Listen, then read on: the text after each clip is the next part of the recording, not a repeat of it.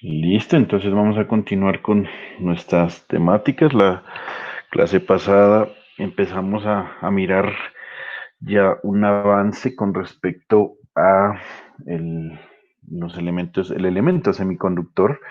Ya cogimos dos materiales semiconductores extrínsecos, como le decimos, es decir, que ya tienen impurezas y cogimos un pedazo de silicio, de germanio, de arsenuro de galio con cualquiera de ellos y le agregamos unas ciertas impurezas. En un caso le agregamos impurezas pentavalentes y en otro caso le agregamos impurezas trivalentes.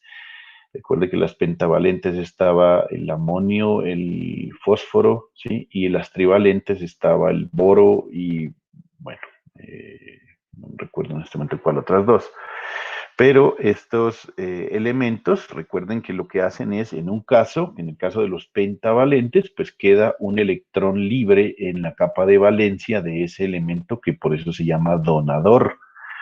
Y en el caso de los trivalentes, pues se le llaman impurezas aceptoras porque queda un espacio disponible para que llegara un electrón. ¿Sí? Entonces, vamos a ver nuestra presentación. Bueno, yo voy a recordar aquí esta parte anterior donde hablábamos esa parte bueno, aquí me fui muy atrás. Sí, aquí era donde les decía, las impurezas difusoras con 5 electrones de valencia se conocen como átomos donadores. ¿Por qué? Porque usted lo que hace es que va a quedar un electrón, quinto electrón en la capa de valencia del antimonio o del arsénico o del fósforo, que van a quedar aquí, donde por eso es que el material tiene más portadores mayoritarios, los electrones, y por eso se llama tipo N. Recuerden que este material siempre, nunca se olviden, es neutro. Lo que pasa es que tiene mayor portadores negativos y por eso se llama tipo N.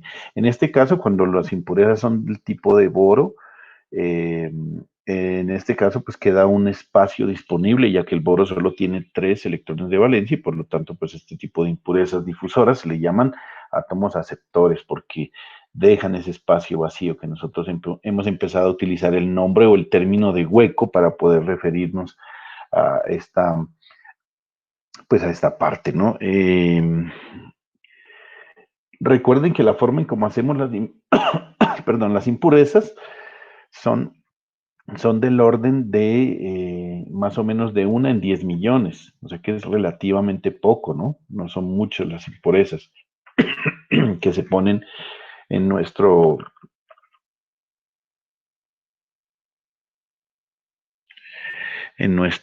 ¿qué les digo?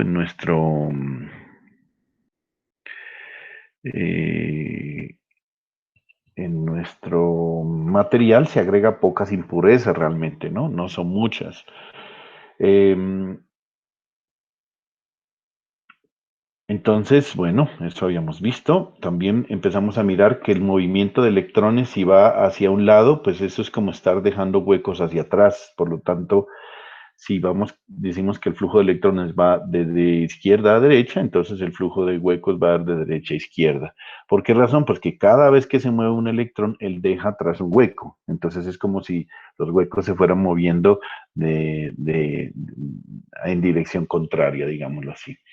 Recordemos el concepto de portadores mayoritarios y minoritarios, pero los portadores mayoritarios son los que están pues más en mayor cantidad. En el tipo N, pues son los electrones, mientras que en el tipo P son los huecos o ausencia de electrones. Vimos el diodo semiconductor, nos dimos cuenta que al momento de hacer la juntura había una zona donde se llama zona de agotamiento y esa zona era debida a esa mezcla, a esa, digamos, sí, a esa parte donde se empezaban a mezclar los huecos y los electrones, pero eso se frenaba en un momento determinado gracias a que esta barrera se presenta. Por lo tanto, en un pequeño instante, los electrones se mezclan y por eso se llama zona de agotamiento, porque en un momento determinado se quedan quietos y forma esa barrera. habíamos dicho que sin polarizaciones, sin ningún voltaje, pues la corriente por él no existe. Ya habíamos visto nuestro primer acercamiento a cómo era el símbolo circuital del diodo, que era esta especie de flechita con un menos ahí, y ya identificábamos estos dos nombres como el ánodo y el cátodo. Recuerden que el cátodo, para recordarlo, pues esto es como una K invertida, por lo tanto este es el cátodo y este es el ánodo. Normalmente el cátodo es el que tiene esta rayita y por eso en muchas, ahorita pues más adelante vamos a ver que los diodos casi siempre para identificarlos, cuál es el terminal, pues ponen esta raya, ¿no? Ya sea plateada, dorada o en fin. En algunos casos, muy pocos circuitos, en algunos circuitos vamos a encontrar este símbolo que es muy poco usado. Pero aquí veíamos cómo era que se movían los electrones, ¿no? Habíamos visto ya la polarización, habíamos hecho la primera polarización que le habíamos llamado polarización en inversa.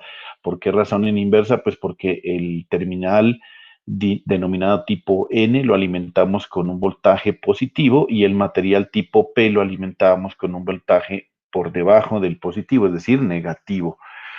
Y viéndolo desde ese punto de vista, nos habíamos encontrado con que la zona de agotamiento, la región de empobrecimiento o la zona de remezcla, en vez de disminuir como lo que nosotros buscábamos, se empieza a aumentar. ¿Por qué razón? Pues porque mire que las cargas positivas que van entrando por este lado, que vendrían a ser entre comillas los huecos, pues se va agrandando esto, se va agrandando porque por acá estoy introduciendo electrones de alguna manera y por acá estoy introduciendo huecos. Entonces, estos huecos se sienten atraídos por esta carga negativa y por lo tanto se van pegando muchos más, muchos más, muchos más. Y aquí estoy introduciendo electrones, entonces esos electrones se sienten atraídos por esta carga positiva y empieza a volverse esto más grande. Por lo tanto, no hay flujo de corriente, no hay movimiento de cargas, pero resulta que en estos materiales existen portadores mayoritarios y portadores minoritarios. Los portadores mayoritarios, como ya les estoy diciendo, pues mire, simplemente fortalecen esa zona de remezcla, esa zona de sí, de empobrecimiento, región de empobrecimiento que se llama, mientras que los portadores minoritarios, pues hay que tenerlos en cuenta también. Esos portadores minoritarios en el material tipo N son los huecos, y por lo tanto estos huecos se van a sentir atraídos por estos portadores minoritarios, que en el material tipo P son los electrones, y entonces empieza a fluir una pequeña corriente en esta dirección, debido a los portadores minoritarios. Pero como son minoritarios, esta corriente es pequeña y por eso le vamos a llamar I sub S. Corriente inversa. ¿Por qué le decimos inversa? Porque está fluyendo, miren, en sentido contrario a como está marcando la flecha del diodo. Está en sentido inverso, mírenlo ahí. Por eso se llama I sub S, ¿sí? Va en sentido contrario, en sentido opuesto. Entonces, esa corriente le llamamos corriente inversa de saturación. ¿Por qué le llamamos de saturación? Sencillamente, pues porque es debida a los portadores minoritarios. Eh, es eso. ¿Listo? Entonces, eso es lo que veíamos cuando ponemos una polarización en inversa. Hay una pequeña corriente que ya les había dicho que el orden de esa corriente es tan pequeña que es el orden de los micro y de los picoamperios, es decir, de corrientes de valores muy bajos. Cuando hacemos la polarización en directa, por lo contrario, lo que hacemos es que esta barrera que está formada por estos electrones que son negativos se sienten atraídos hacia este terminal positivo, ¿sí? Por lo tanto, estos electrones empiezan a fluir hacia ese lado y estos huecos que están aquí se sienten atraídos, entre comillas, por esta carga positiva y entonces empieza a disminuir, a fluir una corriente, ¿sí? Lo que hago es tratar de que esta barrera se elimine y entonces empieza a fluir corriente y por supuesto la corriente, como sabemos, la corriente convencional, lo que tomamos es el movimiento de los huecos, va de más a menos, porque los electrones se mueven pues en sentido contrario, eso ya lo sabemos claramente. Ahora miren, tenemos que tener en cuenta algo que es bien importante, ¿no? La corriente que fluye cuando está polarizado en directa es una corriente debida a los portadores mayoritarios, ¿sí? pero en sentido contrario también hay una corriente que la vimos, que es en sentido contrario, y es la corriente de saturación en inversa, y es debida a los portadores minoritarios. Por lo tanto, si usted quiere analizar cuánto vale esta corriente en el diodo, la corriente del diodo debe ser igual a la corriente de los portadores mayoritarios menos la corriente inversa de saturación. ¿Por qué razón? Porque estaba en sentido contrario, no se olviden. Y esta es debida a los portadores minoritarios en cada uno de los materiales extrínsecos que hemos encontrado en el diodo. ¿Listo? Entonces, al final lo que nosotros vemos es que si polarizamos el ánodo con un voltaje más positivo que el cátodo, con un voltaje menos positivo o negativo, entonces fluye una corriente y esa le vamos a llamar I sub D, es decir, corriente del diodo en el sentido de la flechita. Pero ese es el resultado. Esta I sub D, vuelvo y les digo que es el resultado de los portadores mayoritarios menos la corriente inversa de saturación, que es debida por los portadores minoritarios, que va en sentido contrario. Esto ustedes lo entienden por las leyes de corrientes de Kirchhoff, ¿no? Entonces, eso, ¿hasta ahí alguna duda, muchachos? ¿Alguna pregunta? ¿Todo claro?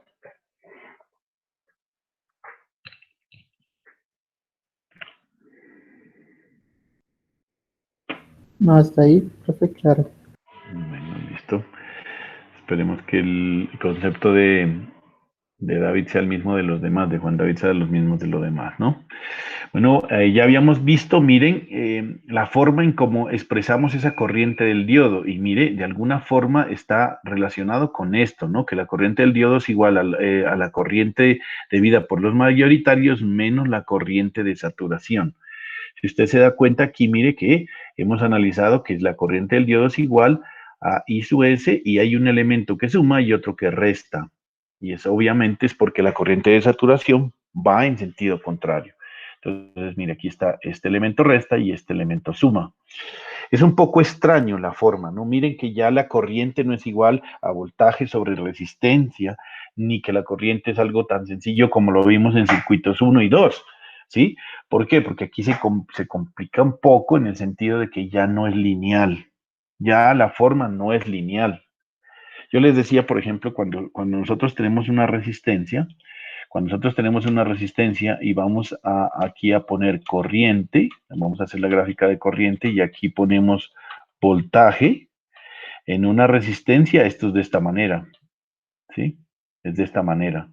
¿Qué quiere decir? Que a medida que yo empiezo a aumentar el voltaje, pues la corriente va aumentando, ¿sí? Y lo hace de manera lineal.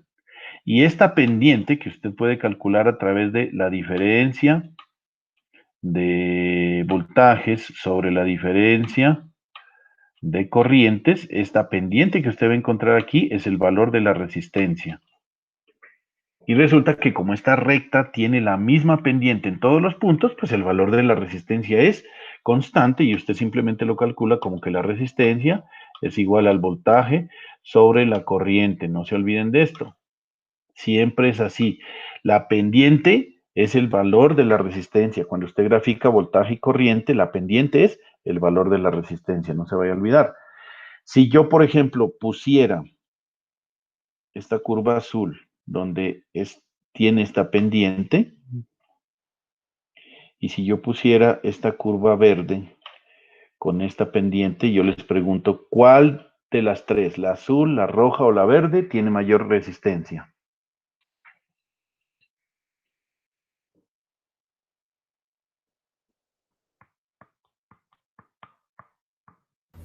La verde. La verde. La verde, sí, señor. ¿Por qué razón? Porque la pendiente es mayor. Si usted calcula esto, la diferencia de voltajes o la diferencia de corrientes es, a ver, analicémoslo despacio, ¿no? Voltaje aquí y aquí diferencia de corriente. Vamos a ver. Aquí la diferencia de voltaje es pequeño, mientras que la diferencia de corriente pues es grande. Eso significa que este valor es pequeño, lo divido con uno grande, me da, por ejemplo, digamos aquí un voltio sobre 1000 amperios, eso me da 1 sobre 10, la resistencia le da pequeña, pequeña, ¿sí? Mientras que si la resistencia de acá, por ejemplo, vamos a tomarla nuevamente el color azul que habíamos tomado, que era este, Miramos aquí la pendiente. Esta pendiente es la diferencia de voltajes, que es grande, sobre la diferencia de corriente, que es pequeña. Si yo divido un valor grande con un valor pequeño, esta resistencia me da grande. Por lo tanto, esta resistencia es más grande. ¿Sí? ¿Estamos o no estamos, muchachos? Espérenme un segundito, me muevo aquí una cosa.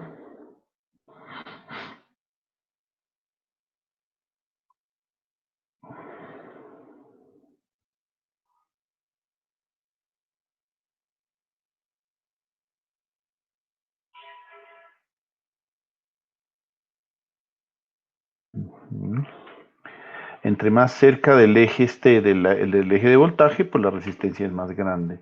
Mientras que acá, esta resistencia es pequeña. Bueno, aquí se me fue otro color verde. Esta resistencia es pequeña. No se olviden de esto. La resistencia más grande es mientras más tendida acá esté. Y yo les diría, bueno, ¿cómo hago para entender y analizar? Pues mire, entre más esté hacia el eje del voltaje, pues la corriente va a ser más pequeña. ¿Qué significa que la corriente sea más pequeña? Pues que la resistencia es más grande, se opone más al paso de la corriente.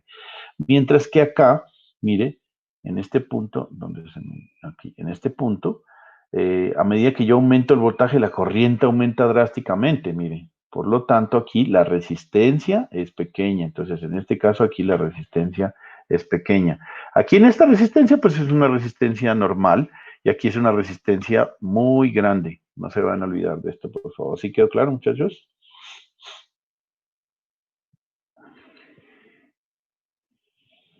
Bueno, entonces vamos a esto.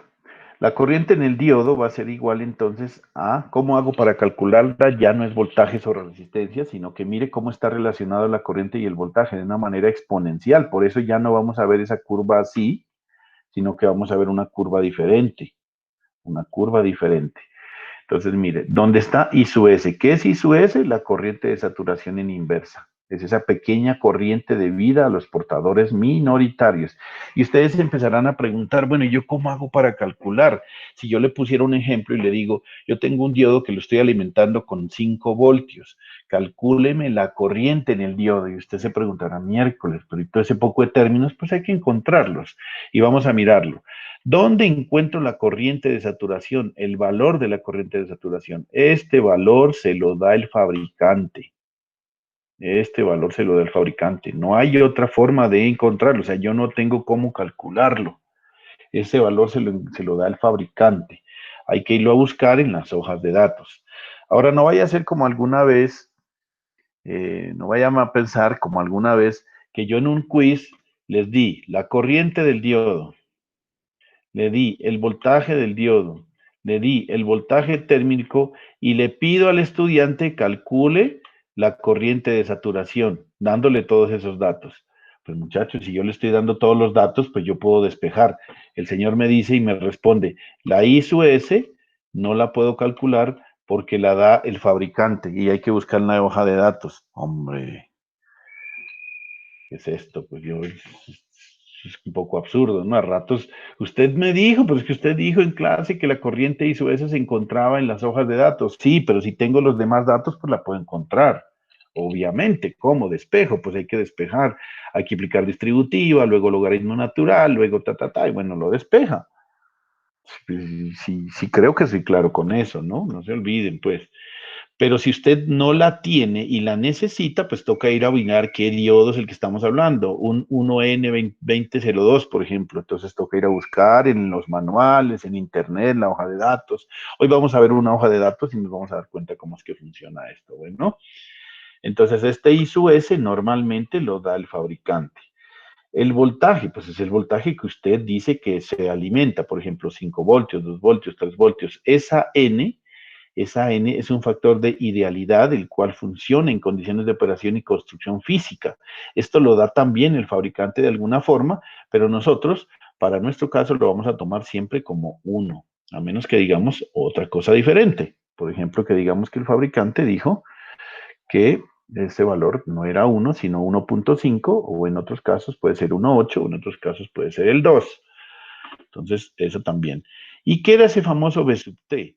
Ese famoso V sub T es el voltaje térmico, y eso lo encuentra usted de esta manera: la constante de Boltzmann multiplicada por la temperatura absoluta dividido entre la carga de un electrón. Entonces, términos importantes: ¿qué es la constante de Boltzmann? Pues una constante y tiene un valor. ¿Cuánto es ese valor? 1.38 por 10 a la menos 23 julios sobre culomio. Esa es la constante de Boltzmann. ¿Qué es la temperatura absoluta? La temperatura absoluta es cuando hablamos de en grados Kelvin. Para poder encontrar la temperatura absoluta en grados Kelvin, lo que hay que hacer es coger la temperatura en grados Celsius y sumarle 273. No es más, es una operación muy simple. No se me vayan a, pues, a empezar a que miércoles, y esto química a mí no me gustaba en el colegio y yo no sé qué cosa. No, esto es muy sencillo. Lo único que debe hacer usted para encontrar la temperatura absoluta es sumarle 273 a la temperatura en grados Celsius. Por ejemplo, si yo les digo, vamos a calcular el voltaje térmico a 50 grados Celsius, pues usted lo que debe hacer a esos 50 es sumarle 273, multiplicarlo por, ¿qué les digo aquí? Multiplicarlo por la constante de Boltzmann y dividirlo entre la carga de un electrón, que eso está definido. La carga de un electrón es 1,602 por 10 a la menos 19 coulombs. Aquí pues el señor del libro solamente puso 1.6, pero a mí me gusta utilizar 1,602 por 10 a la menos 19 coulombs y usted encuentra. Entonces hicimos nuestro primer ejercicio y encontramos que a 27 grados Celsius obteníamos un voltaje térmico de aproximadamente 26 milivoltios, y esa constante sí que la vamos a usar. Pero lo más seguro, muchachos, es que cuando vayamos a ver transistores y yo les diga el modelo RE de un transistor, y que donde vamos a calcular la resistencia dinámica y la calculamos a partir de 26 milivoltios sobre la corriente de base, resulta que muchas personas llegan y dicen, ¿de dónde salió esos 26 milivoltios? Y ya les digo, ese es el voltaje térmico. ¿De dónde sale ese voltaje térmico? De tener ese voltaje, a que ese voltaje es debido a las condiciones de temperatura del semiconductor. Es decir, que nosotros hemos puesto que 27 grados Celsius es la temperatura ambiente promedio en el mundo, y utilizamos eso como un factor importante. Bueno, ¿qué más? Aquí hice la gráfica de lo que les había mostrado. De lo que les había mostrado en la gráfica acá, pues para graficar esto, de alguna forma nos da esta curva que estoy viendo aquí con punticos negros, ¿sí? Es más o menos esa la gráfica. No es tan parecido a una unidad comercial, que es la azul. No es muy parecido, pero ahí se va, como diría nuestro amigo Chavo, pues.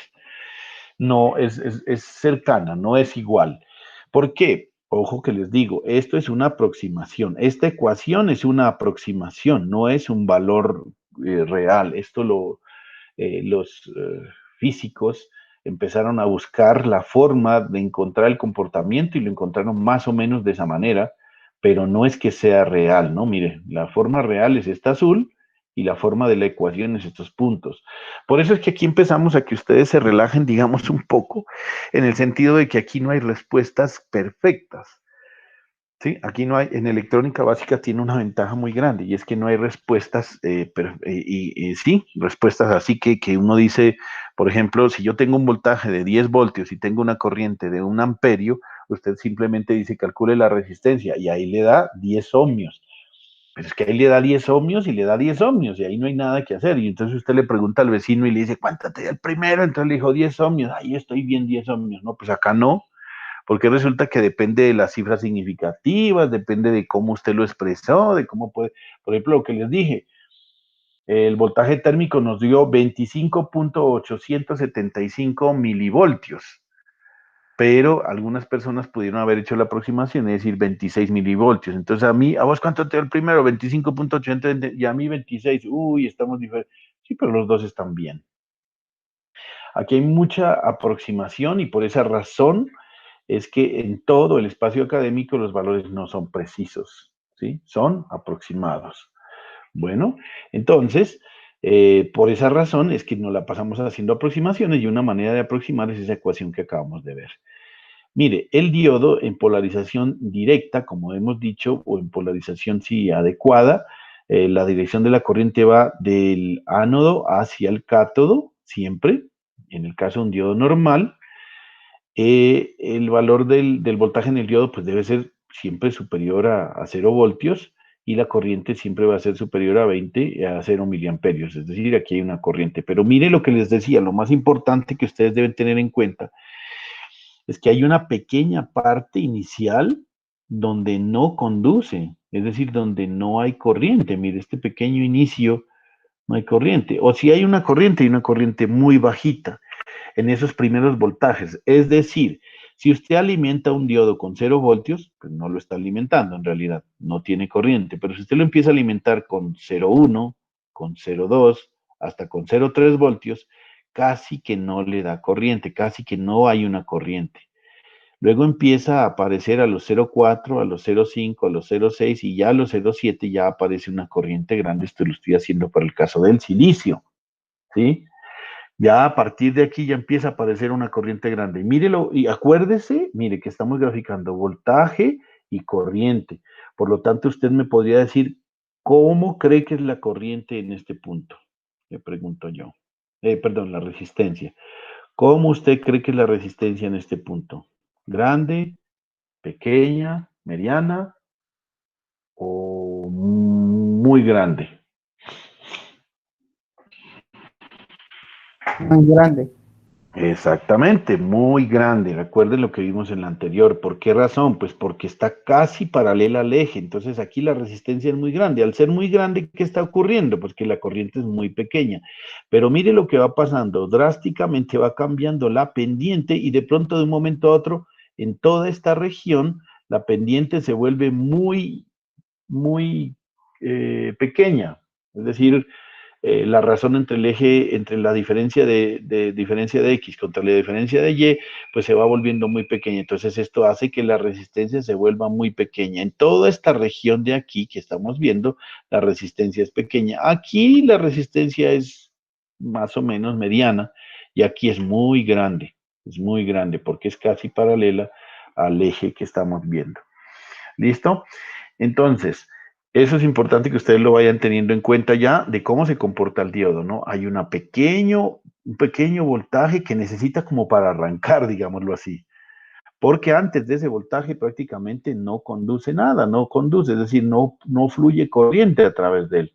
Pero cuando ya supera un cierto voltaje, que para este caso yo podría decir que está como entre 0,70, 0,75, empieza a conducir, muy importante. Y la resistencia que opone el diodo en ese momento es muy bajita, mientras que a los principios de estos voltajes es muy grande.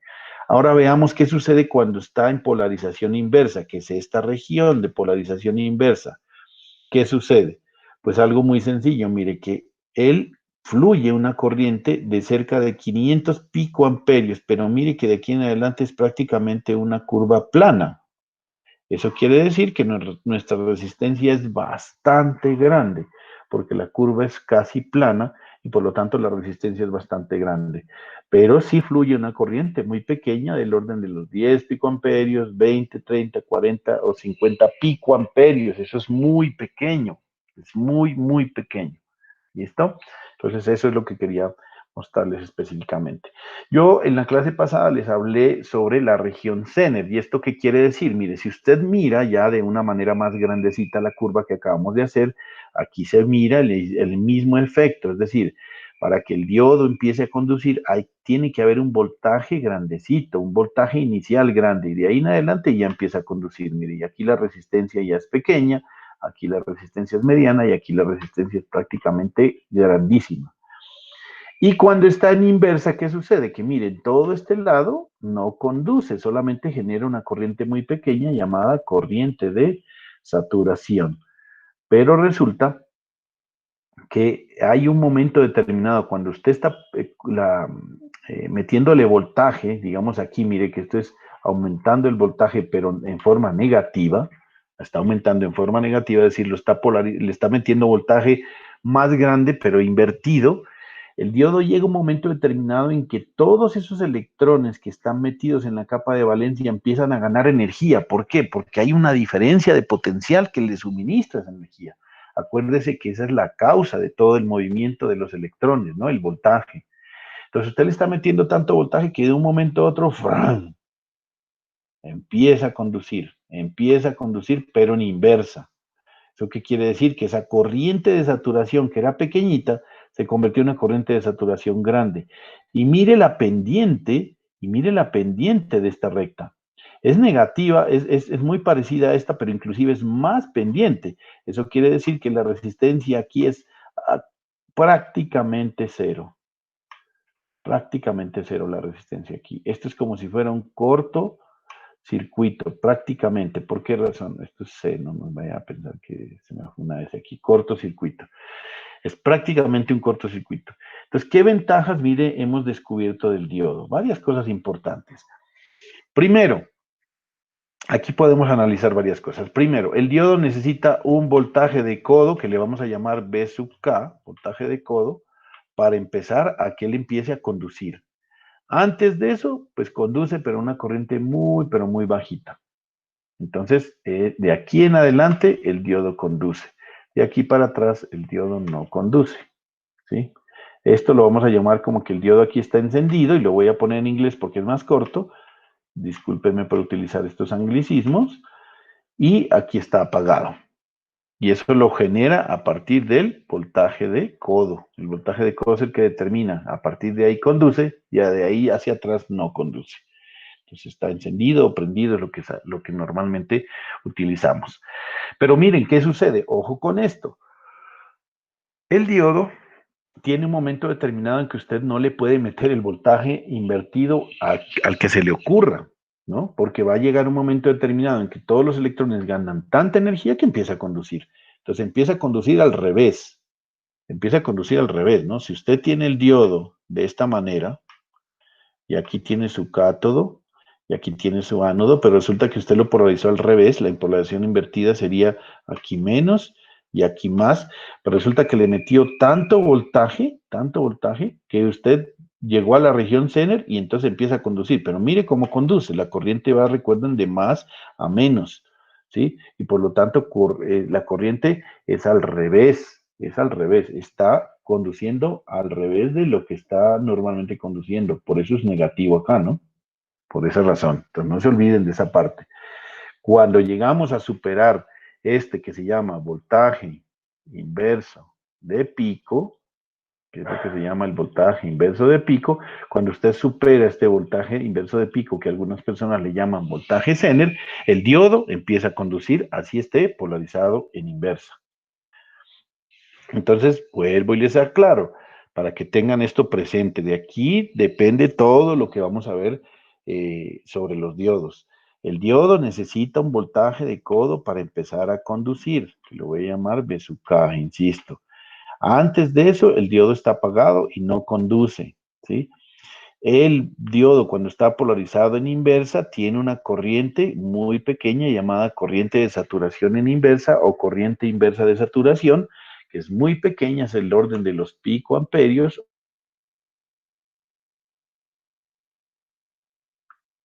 Es muy pequeña y ese es el valor.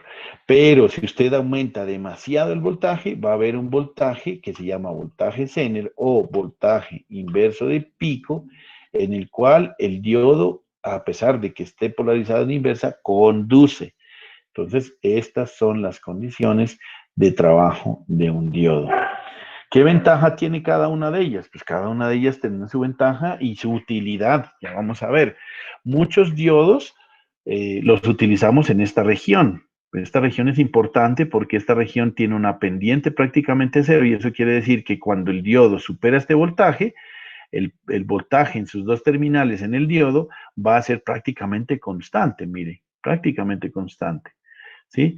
Entonces, eso lo vamos a usar algunas veces como regulador debido a, debido a que los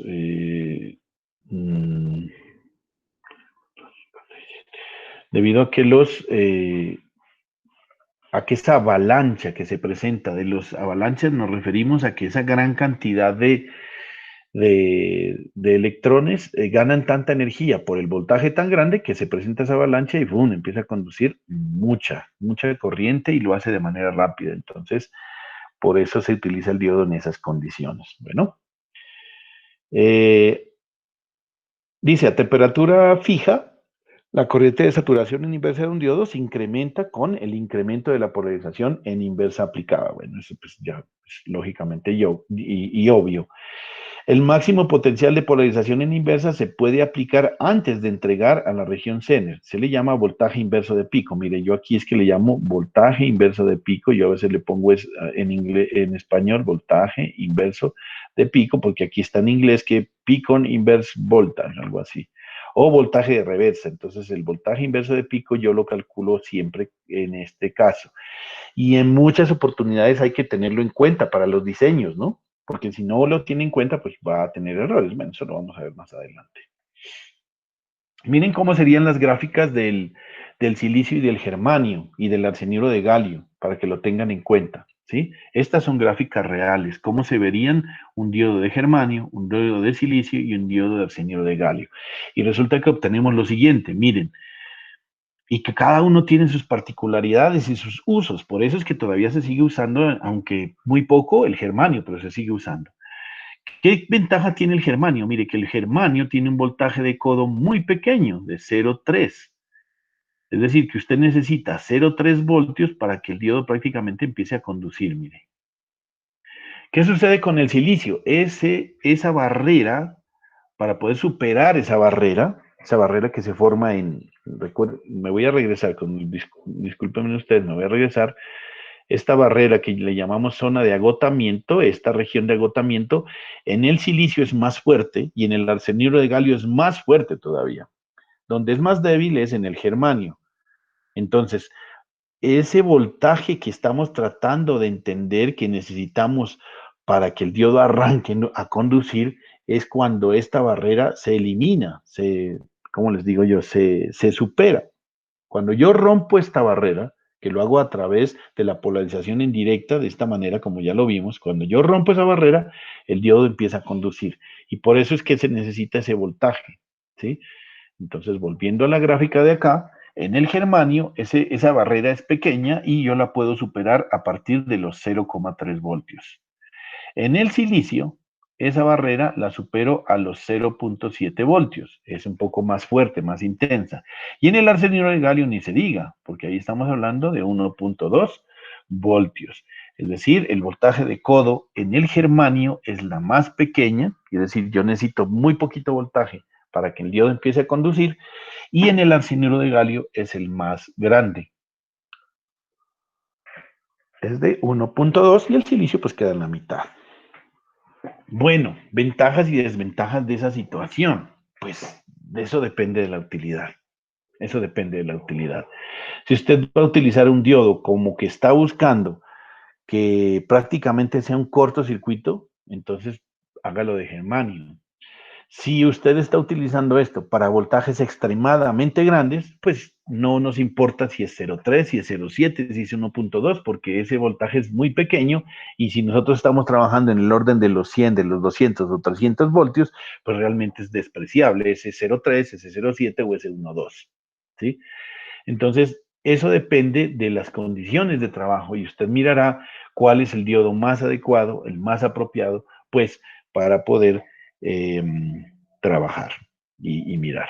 Ahora veamos, ¿qué sucede con el voltaje inverso de pico? Perdón, con la corriente de saturación. Miren lo interesante, es que esto es, yo cuando estaba mirando o cuando cada vez que veo estas curvas, cada uno tiene sus ventajas y desventajas y cada uno por eso tiene la razón de ser. Eso es como todo en la vida, ¿no? Eso es como cuando el cuento que no acerque tanto la vela que no lo alumbre, ni que la acerque tanto que queme al santo, ¿no? Entonces toca es como mirar eso, porque es que cada ventaja, por ejemplo, yo podría decir que una de las ventajas del germanio es que este voltaje es bien pequeño y es que sería como lo ideal, que entre más cercano sea a cero sería lo ideal, ¿sí? Y que el arseniuro de galio, pues es realmente, a mí me parece relativamente alto este voltaje de 1.2, pero depende de la aplicación, ¿vale? Depende de la aplicación, pero mire la ventaja que tiene. El voltaje inverso de pico del arseniuro de galio es bien pequeñito, miren, es de 1 picoamperio, 1 picoamperio. Del silicio está en el orden de los 10 picoamperios. Y en el germanio está en el orden de 1 microamperio. Bueno, vamos a ver solamente esta región, ¿no? No quiero ver la región Zener, ¿no? Solamente vamos a estar estudiando esta región. Mírela cómo se ve. ¿Listo? El voltaje inverso, que es cuando usted perdón, la corriente inversa de pico, o no, corriente inversa de pico, la corriente de saturación, perdón, en el arseniuro de galio es la más pequeña de todas, es apenas 1 picoamperio, eso es prácticamente nada. Y en ese caso, yo diría que ese es el diodo que más me interesa. ¿Por qué? Porque si yo lo polarizo inversamente, prácticamente no hay corriente. 1 picoamperio, eso no es nada. Pero mire el silicio tiene 10 veces más corriente inversa que el del arseniuro de galio. 10 veces, no es cualquier cosa, 10 veces. Entonces usted puede pensarlo, si en algún momento determinado esos 10 picoamperios son importantes o no son importantes. Y aquí viene el más grande de todos, el germanio. El germanio tiene una corriente inversa de saturación de 1 microamperio. Eso significa que es 1000 veces más grande que la corriente inversa que genera el arseniuro de galio. 1000 veces. Esto es delicado ahí. Esto es muy delicado. ¿Sí? Porque ya 1 microamperio usted podría pensar que es una corriente relativamente grande. Entonces, ojo con eso. Y miren lo que está sucediendo ahora sí con la región Zener. Miren la región Zener. Y vuelvo, le digo que esto depende de las aplicaciones. La más alejada de las regiones Zener, la tiene el arseniuro de galio. La que está en la mitad, el silicio. Y la que está mucho más cerca es la del germanio. Entonces alguien podría decir, es que a mí lo que me interesa cuando usted está diseñando dispositivos y circuitos electrónicos es que el diodo trate de ser aquí un cortocircuito en esta región y en esta región sea un circuito abierto. Si yo lo quiero considerar así, para mí el diodo que más cortocircuito me genera es el germanio, porque prácticamente me da apenas 0,3 voltios. El silicio, pues hay más o menos, y el arseniuro de galio, pues es el menos apropiado para eso. Pero si yo quiero decir que en esta región, es decir, yo en esta región de acá, en la región de que está conduciendo, que está encendido, digámoslo así, si está encendido, el mejor sería el germanio. ¿Por qué? Porque es el voltaje más bajito. Y el peor sería el arseniuro de galio. ¿Por qué? Porque es el más grande. Pero en esta región donde se supone que el diodo debe estar apagado, no debe conducir corriente. Y resulta que en este lado es a la inversa. El más apropiado es el arseniuro de galio porque tiene la corriente más bajita. El menos apropiado es el del germanio que tiene la corriente inversa más grande. Entonces ahí está. Mire lo interesante, cómo se voltean las cosas. Por eso le decía, ni tanto que queme al santo, ni tanto que no lo alumbre. Entonces, yo diría que el que está en esas condiciones de que ni tanto ni mucho, pues es el silicio, ¿no? Porque está en la mitad de los dos y acá está en la mitad de los dos. A pesar de que sí, prácticamente está en la mitad en los dos casos. Por eso es que la mayoría de elementos semiconductores se utilizaron o se utilizan a partir de silicio, porque es como el intermedio, ¿sí? Ahora ustedes podrán decir lo que yo les dije, ¿y por qué entonces estudiamos el arseniuro de galio? Porque este tiene una velocidad de movilidad mucho más alta, y a pesar de que tenga este 1.2 de voltaje de codo, pues es el que más se utiliza para la fabricación de dispositivos rápidos, porque la movilidad es muy alta. Recuerden que es cerca de 8500, comparada con los 1000 y algo del germanio. Entonces, esas cosas son bien importantes que ustedes las tengan claras y que las tengan presentes, ¿no? Espero que no estén dormidos allí, porque pues esto es bien importante. Si usted tiene todos estos conceptos claros, va a poder entender siempre todo el manejo que vayamos a hacer de los elementos semiconductores. ¿Qué más les comento? El germanio, alguien podría decir, pues que el germanio tiene la única ventaja que tendría es esta, que tiene 0,3, pero pues la inversa sí me parece embarrada, pues porque es muy pequeño y adicionalmente el voltaje Zener es mucho más pequeño. Entonces mire que justamente cuando usted necesita trabajar con voltajes Zener pequeños, entonces trabájelo con germanio, mire. Con el germanio le da el voltaje Zener más pequeño. Por ejemplo, si usted necesitara un diodo Zener de 1,3 voltios, pues a lo mejor debe ser de germanio, porque es muy difícil hacerlo de cualquiera de los otros dos. ¿Cómo es el cuento o cuál es la razón, más bien digamos, porque cada elemento me da este 0,3, 0,7, 1,2 o por qué razón me da un picoamperio, 10 picoamperios o un microamperio? Eso depende no solo del material, sino también de las impurezas. Por eso les decía yo que esto lo da el fabricante, no lo da más nadie, es el fabricante quien lo da, cómo son estas curvas, pero sí no nos vamos a olvidar de estos voltajes de codo, que estos sí son una ley. Esto es como el Padre Nuestro de un amigo en electrónica. Los voltajes de codo son los siguientes: en germanio 0,3, el silicio 0,7 y el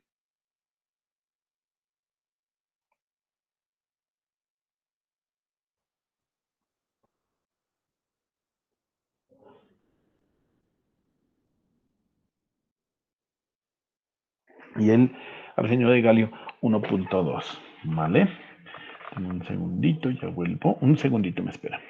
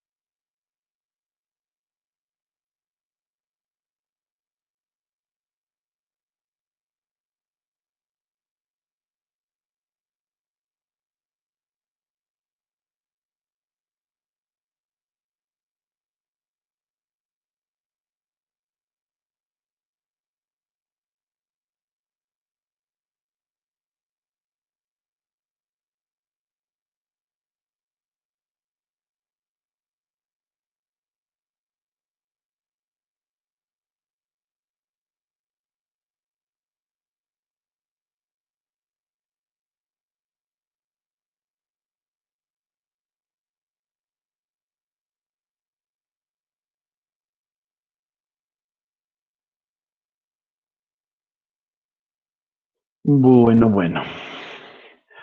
Bueno, entonces voy a mirar una especie de llamado a lista aquí. Tengo porfa, hagan el llamadito a lista por el chat, les agradecería. Vi que ya llegó Camilo, llegó Giancarlos, y Cristian, que no lo había visto, Cristian Tara, pues, listo. Entonces hagan el llamadito a lista por el chat. Gracias, Giancarlos, gracias, Juan David. Los demás compañeros también, a ver si están despiertos.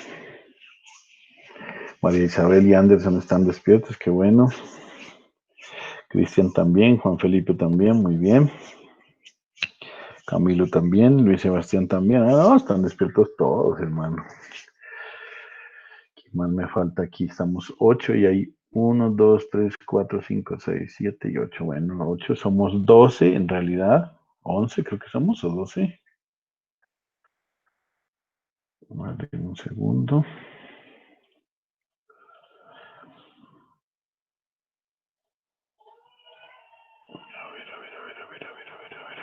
Vamos a ver electrónica básica.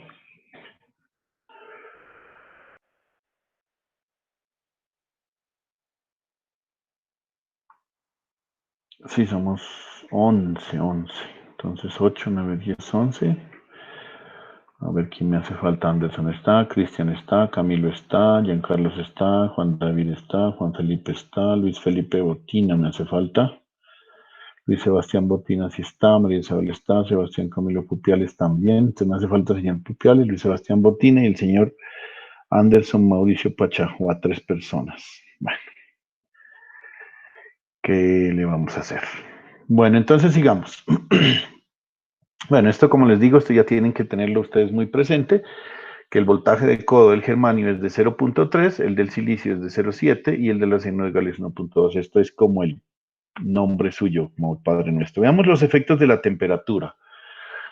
Esto es bien importante, ¿saben por qué, muchachos? Porque eso depende de la fabricación de ciertas particularidades, ciertos elementos.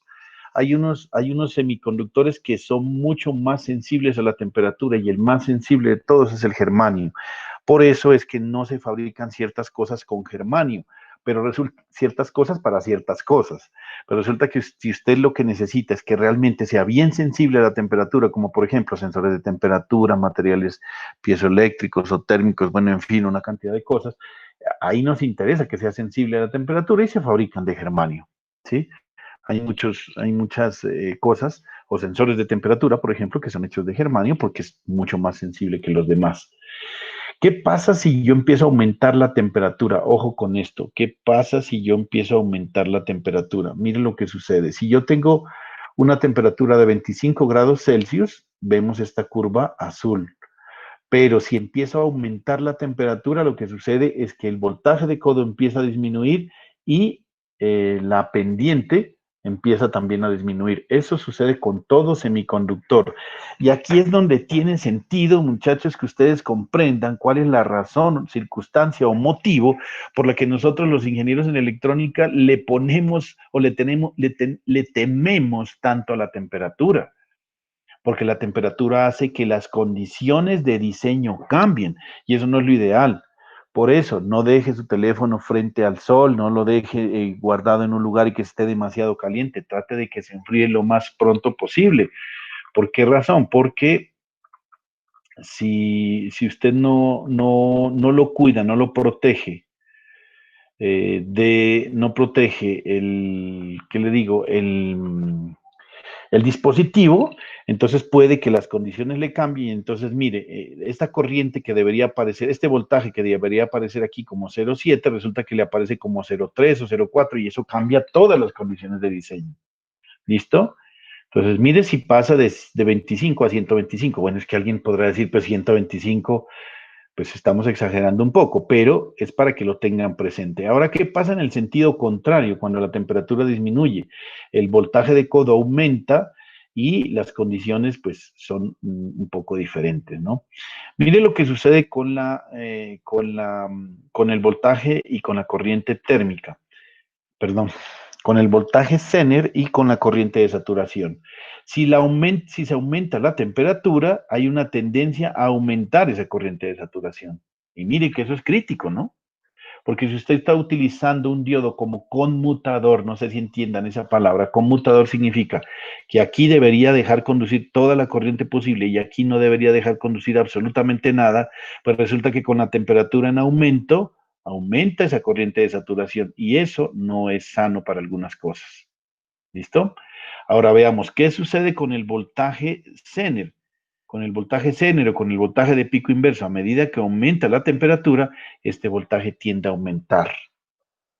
Entonces, ¿qué puede suceder? Si usted tiene, por ejemplo, y está trabajando con un diodo Zener de 5 voltios, para poder trabajar circuitos lógicos o electrónicos en donde debe funcionar siempre a 5 voltios, y los 5 voltios están aquí, pues resulta que si la temperatura aumenta, esos 5 voltios ya no son 5, sino que van a ser 5,1, 5,2, 5,5, 6, y a lo mejor llega hasta los 6,5, y en eso ya no funciona el dispositivo, o se daña, mire lo que sucede.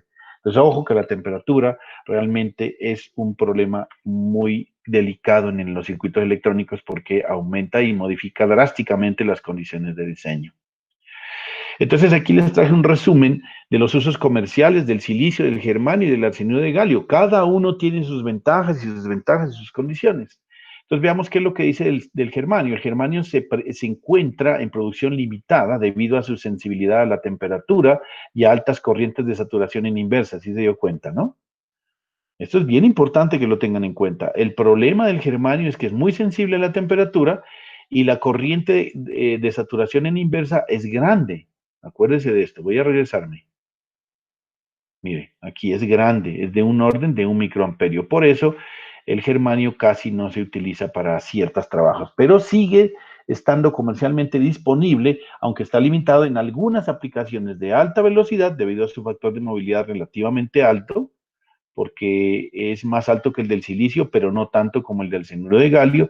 Y en aplicaciones se utilizan su sensibilidad a la luz y al calor, tales como fotodetectores y sistemas de seguridad. Mire, aquí es importante.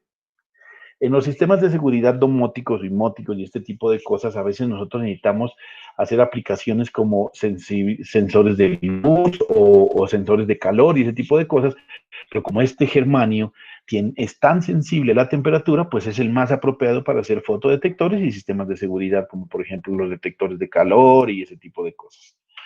Veamos qué sucede con el silicio. Sin duda, el semiconductor más frecuentemente utilizado, y es obvio porque ya vimos por qué, porque está en la mitad de las curvas de todo tipo de dispositivos electrónicos. Tiene la ventaja de su disponibilidad a bajo costo porque se saca de la arena, es muy barato, y sus corrientes de saturación inversa son relativamente bajas. Hablamos de relativamente porque en el arsenio de galio es mucho más bajo, y comparado con el germanio, pues sigue siendo más bajo. Estamos hablando del promedio de 10 picoamperios, recuerden. Tiene buenas características ante la temperatura y excelentes niveles de voltaje de ruptura. Eso es bien importante. Cuando usted va a hacer diodos de silicio, los voltajes de ruptura pueden ser de 100, de 500, hasta de 1000 voltios. ¿Qué significa voltaje de ruptura? El voltaje Zener. Es decir, cuando empieza como les digo, a conducir en inversa. También se ha beneficiado de las décadas de la enorme atención que tuvo los diseños de circuitos integrados a gran escala y la tecnología de procesamiento. Entonces, bueno. Pero miren, el más importante, yo diría que el más destacado de las últimas décadas ha sido el arsenio de galio. Desde principios de la década de 1990, el interés por el arsenio de galio ha crecido a pasos agigantados con el tiempo. Se ha apropiado de una buena parte del desarrollo de dispositivos de silicio, sobre todo en circuitos integrados a gran escala, ¿no? Lo que les decía, miren, él está más dedicado a los circuitos integrados. Sus características de alta velocidad tiene una más alta demanda cada día, con las características adicionales de bajas corrientes de saturación en inversa, como ya lo vimos también, y tiene excelente sensibilidad a temperatura y altos voltajes de ruptura. Entonces por eso es que el 80% de sus aplicaciones se da en la optoelectrónica con el desarrollo de los diodos emisores de luz, celdas solares y otros dispositivos fotodetectores, pero probablemente esto cambie drásticamente a medida que se reduzca sus costos de fabricación y continúe creciendo su uso en el diseño de circuitos integrados. Tal vez sea el material semiconductor del futuro. Este libro está escrito más o menos en el año 2004, si no estoy mal, ya el libro donde tomé esta sección. Y les cuento, él no estaba tan desfasado, porque resulta que hoy en día el uso es impresionante del arseniuro de galio y de sus variaciones. El fosfuro de galio y arseniuro, todas esas variaciones que vimos en las clases anteriores. Hay muchas combinaciones de estos que son utilizados para la fabricación de los circuitos integrados que usted tiene en su computador y en su dispositivo móvil. Vamos a ver la idea de hacer una comparación de lo que uno espera que sea un diodo y de la parte práctica.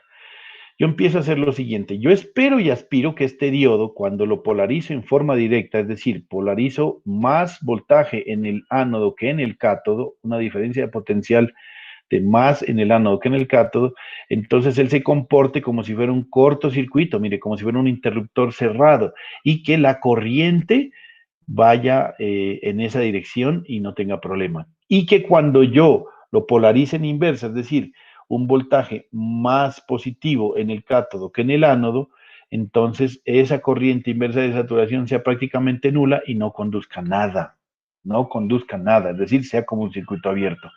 Eso es lo ideal, eso es lo ideal, ¿sí? Lo ideal es que eso debería ser así, pero en la vida real eso no es cierto, eso no es cierto, ¿sí? Porque el diodo semiconductor se comporta como un interruptor mecánico en el sentido de que puede controlar el flujo de corriente entre sus terminales. ¿Qué quiere decir? Que si yo pongo una polarización en directa, el diodo conduce.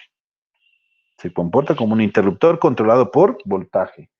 Sin embargo, también es importante tener en cuenta, pues es que usted, chévere que esto, digamos, lo entendiéramos así, que el diodo es como un interruptor, o sea, funciona en cortocircuito o en circuito abierto y lo controlo con voltaje. ¿Qué quiere decir? Si lo polarizo adecuadamente, cortocircuito. Si lo polarizo en inversa, pues circuito abierto. El inconveniente es, como dice aquí en este texto, es que si la corriente viaja solamente en un sentido. O sea, yo no lo puedo hacer viajar en los dos sentidos. El diodo semiconductor es diferente del interruptor mecánico en el sentido de que cuando éste se cierra, solo permite que la corriente fluya en una dirección. Mientras que en un interruptor del que usted tiene en su casa para prender, por ejemplo, un bombillo, pues él no le importa en qué dirección va la corriente, puede venir o ir. Mientras que acá no, acá solamente va en una dirección. Miren, esta curva azul es la curva que debería ser lo ideal. Esta es la curva azul que debería ser lo ideal. ¿A qué nos referimos? Miren, ustedes ya saben, cuando esta curva azul está prácticamente paralela a la del voltaje, significa que la resistencia es extremadamente grande, prácticamente infinita. Mientras que en este caso de acá, la resistencia es prácticamente cero, es decir, esto es un cortocircuito y esto es un circuito abierto. Así debería ser el diodo ideal, así debería ser el diodo ideal en color azul. Pero resulta que no es así, que la realidad es como está esta curva negrita. Es decir, ni siquiera, o sea, es muy parecido hasta cierto punto, pero miren que en esta parte aquí hay un pequeño inconveniente. En el diodo ideal esto no existe. En el diodo ideal esto no existe. Ahora miren, en la inversa, esto dice que debería ser como si fuera un circuito abierto, es decir, aquí la corriente es cero en un circuito abierto. Pero resulta que en la realidad, las características reales, lo que nos dicen es que hay una pequeña corriente llamada corriente de inversa de saturación, que es la que fluye cuando el diodo está polarizado en inversa. Entonces, uno espera que aquí sea cortocircuito, mire cómo está aquí, y uno espera que aquí sea circuito abierto, pero las características reales son un poco diferentes, pero se aproxima, ¿no? Se aproxima y bastante. Veamos, por ejemplo, hagamos los cálculos para poder determinar, dice, ¿a cuál nivel de corriente sobre la línea vertical el voltaje a través del diodo ideal es de cero y la resistencia es de cero? Busquemos cuál es. ¿Cuál es el voltaje cero? Pues el voltaje cero es aquí, mire. ¿Y la resistencia cero? Sí, vamos a calcular en este punto. Si yo les digo cuál es la resistencia en este punto, usted diría, ¿cuánto vale el voltaje en este punto? El voltaje sería cero. ¿Cuánto vale la corriente? La corriente sería 10 miliamperios. 0 voltios. Sobre 10 miliamperios, ¿cuánto me da? Cero. En este caso, aquí lo hicieron este ejemplo, no con 10, sino con 5, que 5 queda aquí, pues es lo mismo. Tengo el voltaje en el diodo aquí en este azul es 0 voltios y la corriente es 5 miliamperios. ¿Qué resistencia me da? 0. Esta es la resistencia cuando está conduciendo. Ahora, como la corriente es de 0 miliamperios en cualquier parte de la línea horizontal, es decir, esta, la resistencia es prácticamente infinita en cualquier punto del eje. Es decir, aquí todos los valores de resistencia son infinitos. ¿Cómo lo quiero calcular? Mire, el voltaje aquí va a ser, no sé, menos 20 voltios. Vamos a calcularlo con 20 voltios. Y la corriente es de 0 miliamperios. 0 miliamperios. Esto nos da un valor indeterminado, es decir, infinito. Por lo tanto, mire aquí, corriente, resistencia infinita, resistencia cero. ¿Qué significa resistencia cero? Cortocircuito. ¿Qué significa resistencia infinita? Circuito abierto. Entonces, esto en el azul es lo ideal, pero no existe, pues como su nombre lo dice, esto es ideal y no existe en la realidad, ¿vale? Vamos a mirar los niveles de resistencia de los diodos en la realidad, porque ya nos vimos y nos dimos cuenta que el ideal es cuando está polarizado directamente la resistencia es cero y cuando está polarizado inversamente la resistencia es infinita. Pero eso no es cierto en el diodo real. En el diodo real aparecen unos niveles de resistencia. Entonces vamos a empezar a hablar primero de la resistencia de DC o resistencia estática. Y usted, pues acuérdese de circuitos 1, que la resistencia de DC, simplemente usted lo que hacía era decir, divida voltaje entre corriente y le da el valor de la resistencia, ¿sí o no? Entonces, así es como se calcula. La resistencia del diodo va a ser igual a simplemente a medir el voltaje en el diodo y dividirlo entre la corriente. Ese sería el valor de la resistencia del diodo. ¿El diodo será que tiene una resistencia? Pues sí la tiene, miren, veámosla aquí. Sí la tiene. No es cero como debería ser. Hay una resistencia y para eso hay que calcularla. Pues mide el voltaje, mide la corriente y le da la resistencia. ¿Qué es lo que dice que hagamos la corriente? Entonces, mire, es así. Usted lo que hace es coge la curva y mire, en este punto quiero medir la resistencia, entonces coja el voltaje, divídalo entre la corriente y le da el valor de la resistencia. Así es, así lo calcula. Ahora, hay otra resistencia que le vamos a llamar resistencia C o resistencia dinámica. ¿Qué quiere decir esta resistencia dinámica? Que es una resistencia, pues que lógicamente, como todo lo de alterna, está cambiando. Lo de DC o lo de continua es muy fijo porque eso es fijo, pues. O sea, son voltajes y fijos y por lo tanto generan corrientes fijas. Mientras que en alterna está cambiando. Entonces acá lo que hacemos es para calcular la resistencia dinámica, lo que hacemos es calcular la diferencia de los voltajes sobre la diferencia de las corrientes. Y esto lo hacemos a través de esta forma, mire. Esta curva, como estamos hablando de alterna, hace unas diferentes excursiones. Este punto de quiesencia o punto quieto, punto Q que le llamamos, va a empezar a variar de aquí hasta acá y se la va a estar pasando variando y variando, variando. Entonces, ¿yo cómo hago para calcular la resistencia en corriente alterna si ese punto no está quieto? O sea, ya no puedo utilizar esta expresión matemática porque tendría que hacerlo en cada punto determinado. Entonces, lo que se hace es medir el delta de voltaje sobre el delta de corriente, ¿sí? Y entonces ese delta de voltaje lo divide entre el delta de corriente y le da la resistencia dinámica que se llama, ¿sí? ¿Por qué se llama resistencia estática? Porque cuando usted polariza esto con un valor fijo de voltaje, el punto se queda quieto. Y por eso se llama resistencia estática o DDC. Y solamente lo calculamos dividiendo voltaje entre corriente. La dinámica no, porque como es corriente alterna, esto se va a empezar a mover el punto entre diferentes lugares y la única manera de calcularlo es haciendo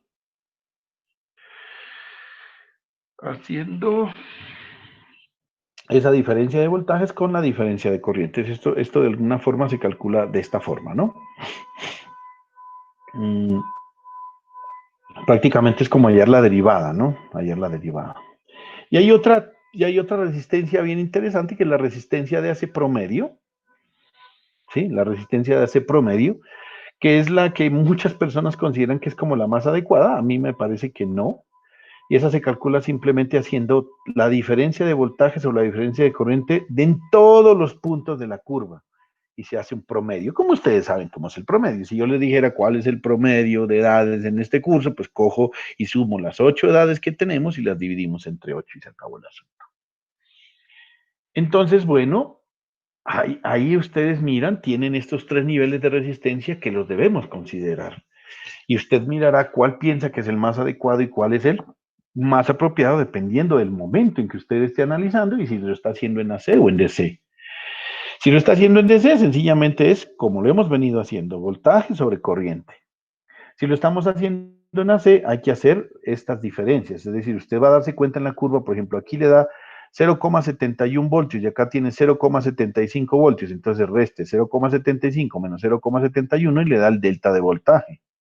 Y si aquí le dice, aquí da 10 miliamperios, aquí le da 20 miliamperios, entonces reste 20 miliamperios menos 10 miliamperios le da 10 miliamperios. Entonces ese es el delta de voltaje. Y divide los dos y ya. Eso es lo que debe hacerse. El promedio sí es más complicado, ¿no? Porque el promedio le toca sacar un poco de valores en diferentes puntos, hacer la sumatoria y otra vez dividirlo entre. Es un poco más complejo. Por eso es que yo digo que normalmente es casi siempre vamos a utilizar esto como la resistencia dinámica más adecuada, me parece a mí. Esta estática, pues es muy raro verla. Bueno, ahí están los 3 niveles de corriente y aquí está un cuadro resumen en el que podemos hacer cómo hacemos para encontrarlo.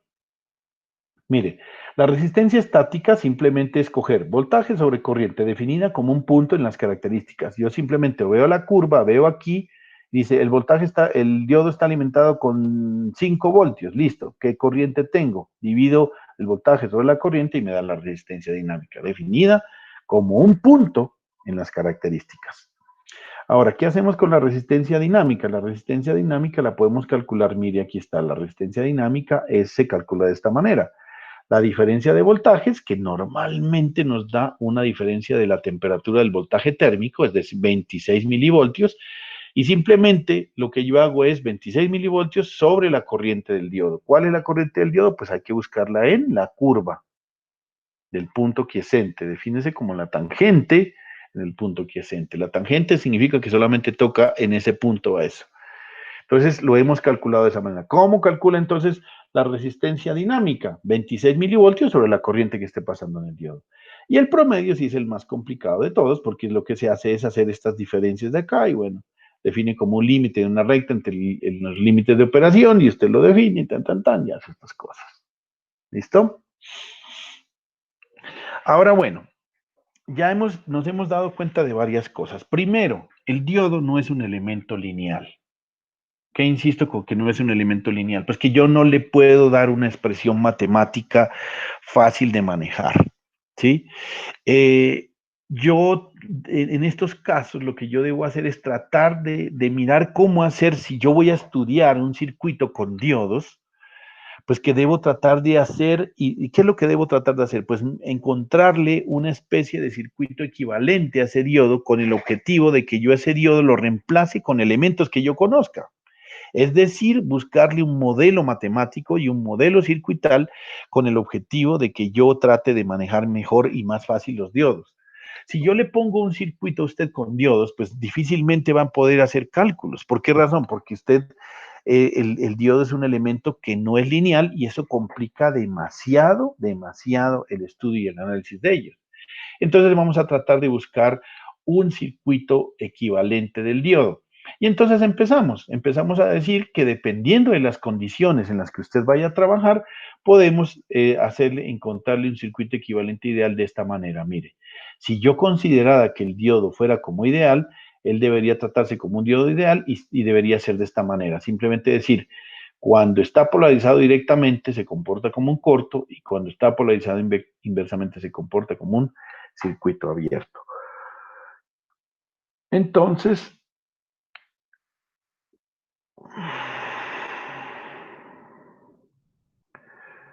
espérenme otro segundito aquí que están haciendo una llamada.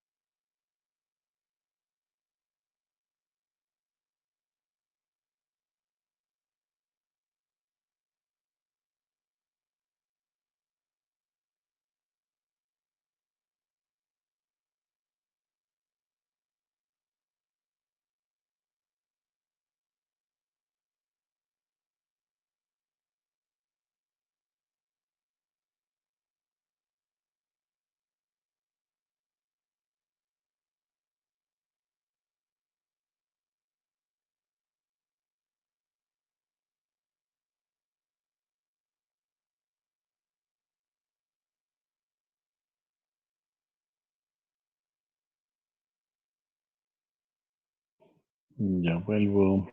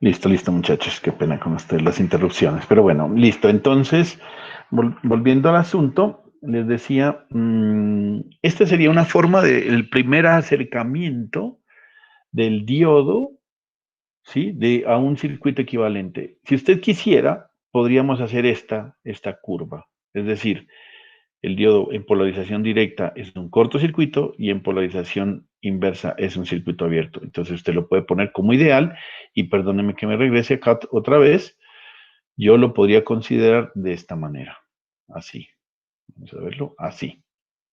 Este sería el diodo ideal. Cuando está conduciendo, está polarizado adecuadamente, pongo es un corto. Y cuando no está conduciendo, pongo un circuito abierto. Entonces, ojo con eso, muchachos. ¿Sí? ¿Cuándo hacerlo? ¿Cuándo hacer ese caso? Pues cuando usted está manejando, digamos, voltajes de 100 voltios. Pensemos en eso, voltajes de 100 voltios. Si estoy manejando voltajes de 100 voltios, ¿a usted qué le interesa si el diodo está conduciendo a 0,7? Pues yo diría que le da casi lo mismo, ¿no?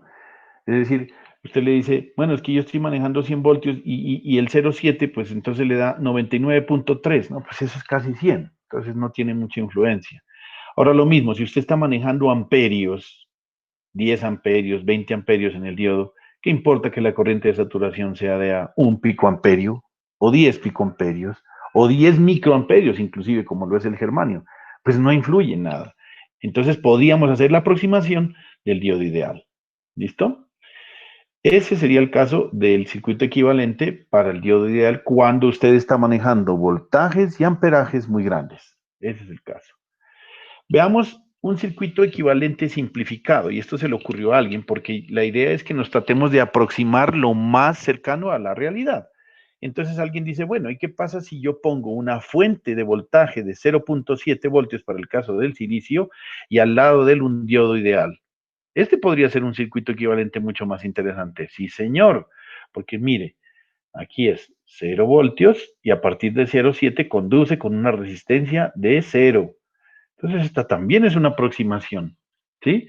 Ya nos vamos aproximando un poco más a la curva. No es así, pero la curva real, recuerden que es de la siguiente forma. La curva real es como así, ¿no? Y aquí pues van así. Listo. Pues es más aproximada que esta que nos daba con estas circunstancias, ¿no? Recuerden que aquí hay un voltaje de codo donde debemos considerar que a partir de ahí empieza a conducir. Entonces aquí al menos ya lo tenemos considerado, ¿no? Entonces, bueno, podría ser una opción interesante y bonita. Y de hecho, esta es la que más vamos a usar. Más vamos a usar.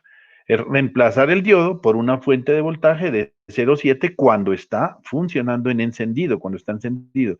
Porque cuando no está encendido, sino que no está conduciendo o está apagado, pues simplemente es un circuito abierto.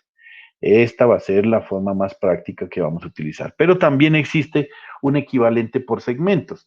¿Y eso qué quiere decir? Que es el que vamos a hacer más aproximado y entonces vamos a hacerlo de esta manera, miren. Ponemos un voltaje, una resistencia de aproximadamente 10 ohmios, ponemos el ideal. Entonces, mire, aquí ya se va aproximando más a la realidad. Lo que pasa es que vuelvo y les insisto, muchachos.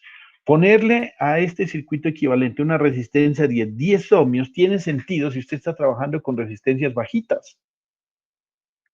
Pero si usted pone resistencias de 1 kiloohmio, de 2 kiloohmios, de 5 kiloohmios, ¿qué le va a afectar una resistencia de 10 ohmios? Pues nada. Entonces, todo esto va a depender de sus condiciones. Y aquí es donde empieza la situación.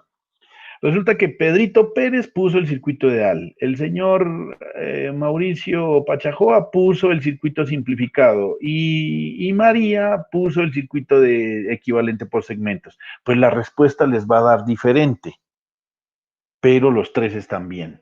¿Por qué? Porque ellos consideraron sus condiciones y propusieron hacer este o este circuito. Y todos están bien, pero la diferencia es simplemente que la respuesta les va a dar muy diferente. Obviamente les va a dar muy diferente, porque aquí está considerando el voltaje de codo, aquí no lo está considerando, en este ideal no lo está considerando, en este sí lo considera, en este además de considerar el voltaje de codo, está considerando la resistencia promedio o la resistencia dinámica o la resistencia estática. Entonces usted mira allí cómo empezar a hacer ese análisis. Entonces mire, esta parte sí me parece bien interesante que ustedes lo tengan en cuenta. ¿Cuándo utilizar el modelo lineal por segmentos? Pues ese debería ser el que deberíamos utilizar casi siempre, ¿no? Casi siempre. Pero ¿cuándo utilizar el modelo simplificado? Cuando las resistencias de la red, es decir, del circuito, son mucho más grandes que la resistencia promedio. Ahí les dije, la resistencia promedio normalmente, digamos, es de 10 ohmios, es muy pequeña. Pero si usted está utilizando todas las resistencias de la red del circuito son de 1 kilo ohmio, pues 10 ohmios no le van a ser muy importantes. Entonces utilizamos nuestro segundo caso, que es el diodo, el circuito simplificado. Y habrá un momento determinado en que utilicemos el ideal. Sí, señor, usted puede utilizar el ideal sin ningún problema. ¿Cuándo lo va a utilizar?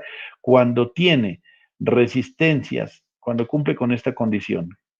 Cuando tiene las resistencias son demasiado grandes comparadas con la resistencia promedio y cuando los voltajes son mucho mayor que el voltaje de codo. Entonces, sin ningún problema, usted utiliza el circuito equivalente número 3, que es el circuito ideal.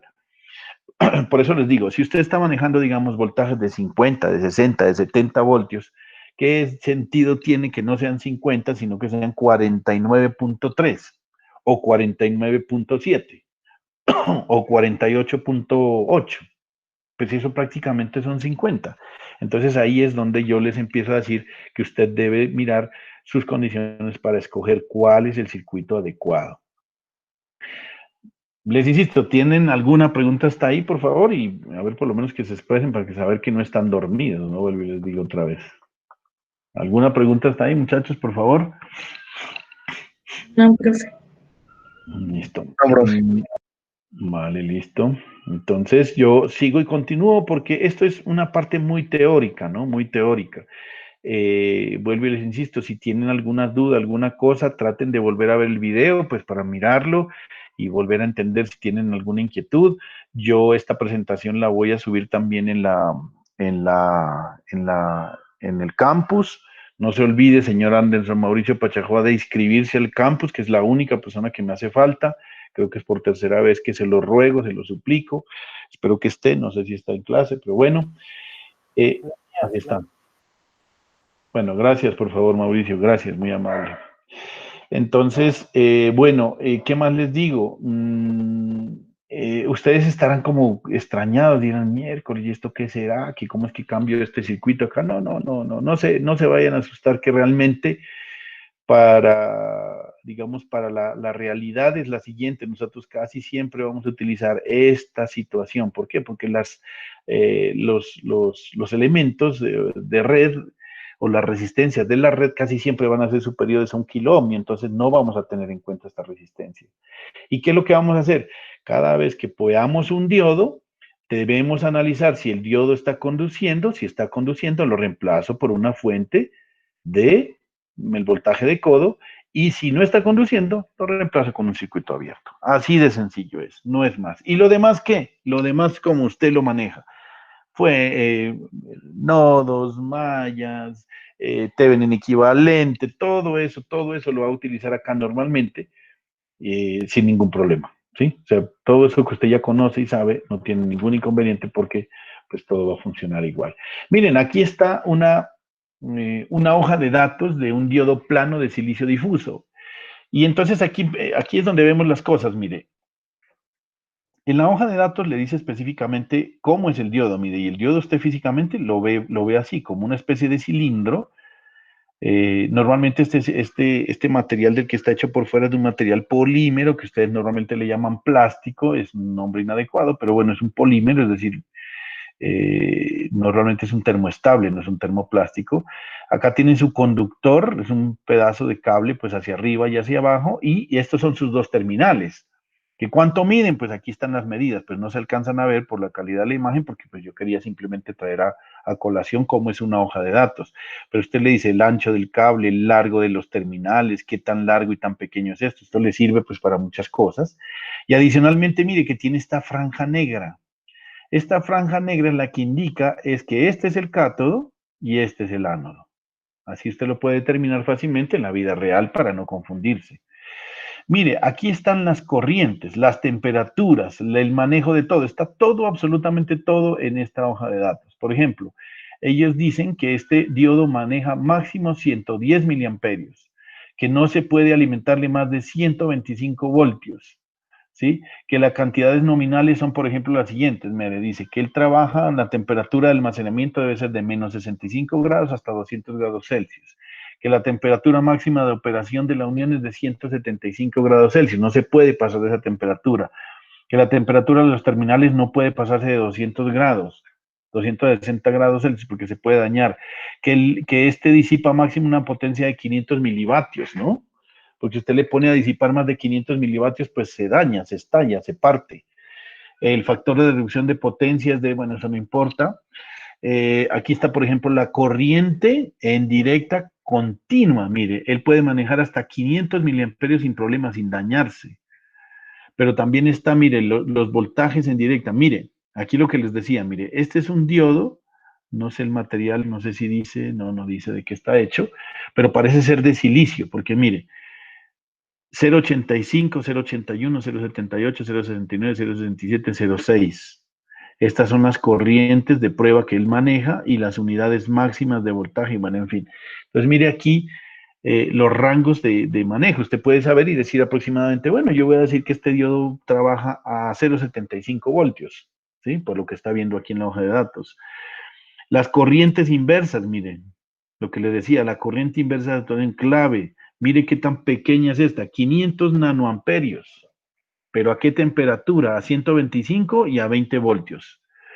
Pero puede llegar a ser 1 microamperio si usted por alguna razón lo alimenta a 100 voltios y tiene una temperatura de 125. O 0,2 nanoamperios si usted maneja 20 voltios y está en 25 grados. Mire, podríamos nosotros decir que este es casi siempre el que vamos a utilizar para este diodo. 0,2 nanoamperios, mire. ¿Sí? Si usted está manejando 20 voltios a 25 grados. Pero mire cuánto se le aumenta si la temperatura pasa de 25 a 125. Mire, de 0,2 nanos a 500 nanos, ¿no? No es mucho, pero pues es para tener en cuenta. Bueno, estas capacitancias de difusión y de recuperación inversa no lo vamos a manejar por ahora. Las notaciones para los diodos. Las notaciones para los diodos es lo que, como les acabo de decir, miren, este es el ánodo y este es el cátodo. Este es el ánodo y este es el cátodo en el modelo circuital. En la vida real usted va a encontrar algunos diodos que son de esta forma, ¿no? ¿Sí? No son cilíndricos, sino que son como toroidal, no sé cómo se llamará esta figura, esto es como una especie, entonces mire, la parte más angostica es el cátodo y la parte más ancha es el ánodo, ¿sí? En este caso, como es un cilindro, él está marcado con una bandita, esa banda indica el cátodo.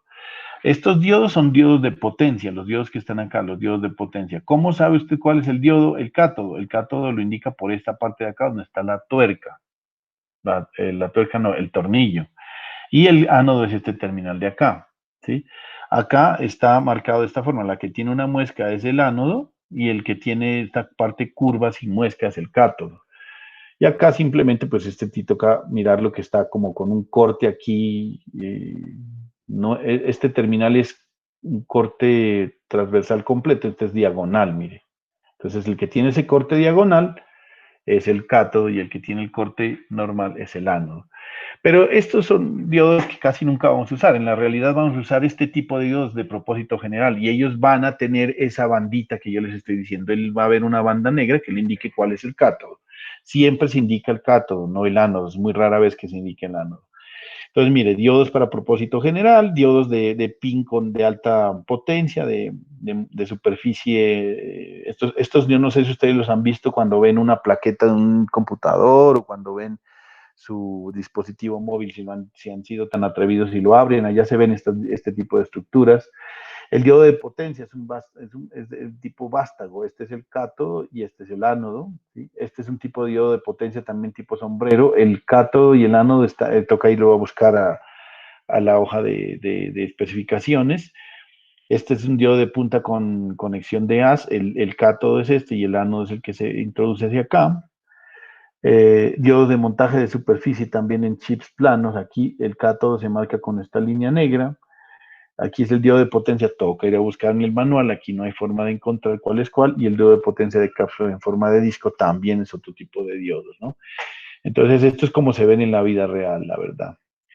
Hablemos un poquito, si me alcanza el tiempo. No, yo creo que ya estamos casi finalizando.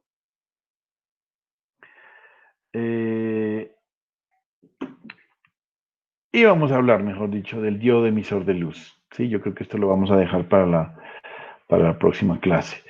Pero el diodo emisor de luz es ese diodo particular que usted lo conoce, lo tiene en los pilotos en su teléfono móvil, es la iluminación, ahorita que se ha dado tanta fuerza y tanto apogeo a estos diodos, pues ha pasado esto, ¿no? Que hemos llegado a que a estos diodos, que además de ser elementos conmutadores, es decir, que conducen en unas condiciones y no conducen en otras, pues hemos llegado a que ellos, cada vez que estén conduciendo, emitan luz. Y eso se logra gracias a unas ciertas condiciones. Pero para no dejarle el tema mocho, como diría alguien por ahí, dejémoslo más bien allí, ya que faltan pues pocos minutos, y dejemos esta situación para la próxima clase, que sería ya empezar a manejar el concepto de los diodos de emisores de luz, que son esos diodos que particularmente pues los usamos en muchas utilidades hoy en día, ¿no? Hoy en día, ¿dónde no vemos un LED? Un LED lo vemos en el monitor que usted tiene y si está usando en el portátil, ese tipo de bombillitos que se ven en el teléfono móvil, ese tipo de bombillitos que se ven en los portátiles, bueno, en todas partes está. Hasta la iluminación de la casa y de las calles ya están en gran parte en iluminación LED, de los carros, de las motos también están utilizando iluminación LED. Entonces, ¿esto por qué? Por ahorro de energía, ya que ellos iluminan, tienen una buena intensidad lumínica, pero con un consumo de energía bastante bajo. Entonces, bueno, ahí les dejo la inquietud, muchachos. Ya en la próxima clase hablaremos sobre el diodo emisor de luz. Y no sé si ahorita aprovechar para alguna pregunta que tengan o alguna duda.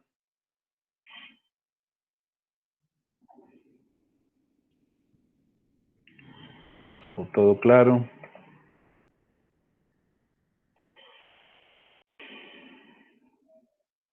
¿Ninguna duda, muchachos? ¿En serio? ¿Todo está claro? Lo que ahí todo está claro, pues para mí no. No sé si alguien tenga alguna duda o algo. Esta parte inicial, muchachos, es muy teórica y de hecho creo que va a seguir la próxima semana, posiblemente también sigamos con algo de teoría. Por lo menos la clase del martes vamos a seguir con algo de teoría, que son las 3 horitas. Yo creo que ahí ya vamos a empezar a mirar un poco más ejercicios prácticos y prácticas, porque la parte teórica a veces es como interesante, pero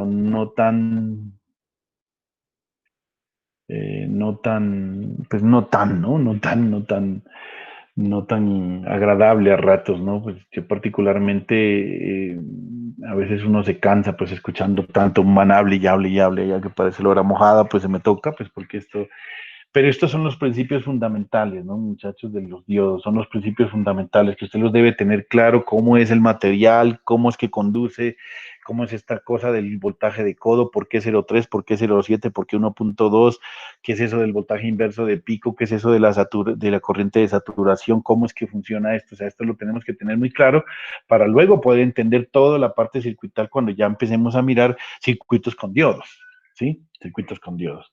Van a darse cuenta que es súper agradable, que es muy chévere esta parte teórica, pero bueno, entonces por ahora pues dejemos allí nuestra clase y ya continuaremos si no hay más nada que decir. Muchas gracias por su asistencia eh, y, y ya nos vemos el día martes, ¿no? Bueno, muchachos,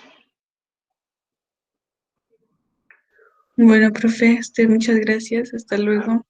hasta luego, hasta luego.